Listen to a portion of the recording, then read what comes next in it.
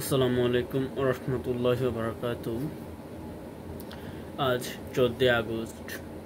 আজ বাংলাদেশের কোরআনের পাখি আল্লামা দেলোয়ার হোসেন সাঈদী রহমাতুল্লাহর দ্বিতীয় মৃত্যুবার্ষিকী। আল্লাহ যেন তাকে জান্নাতবাসী করে, আল্লাহ যেন তাকে উত্তম মাকাম দান করে।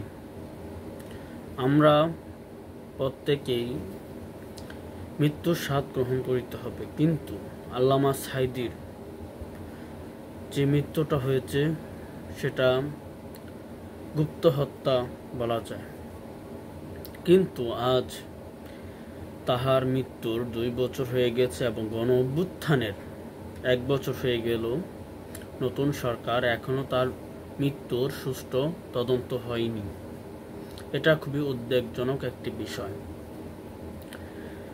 আল্লামা সাঈদী রহমাতুল্লাহর সাথে আমার দেখা করার খুবই ইচ্ছা ছিল, কিন্তু আল্লাহ হয়তো চায়নি। আমি খুবই ইচ্ছা ছিল একদিন উনি কারাগার থেকে বের হবে এবং আমি ওনার সাথে দেখা করব, কিন্তু আমার এই ইচ্ছাই রয়ে গেল। আল্লাহ ওনাকে নিয়ে গেলেন।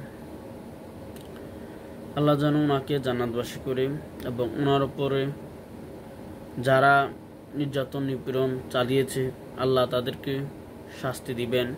আল্লাহর উপর ভরসা রাখেন এবং ওনার জন্য বেশি বেশি দোয়া করেন।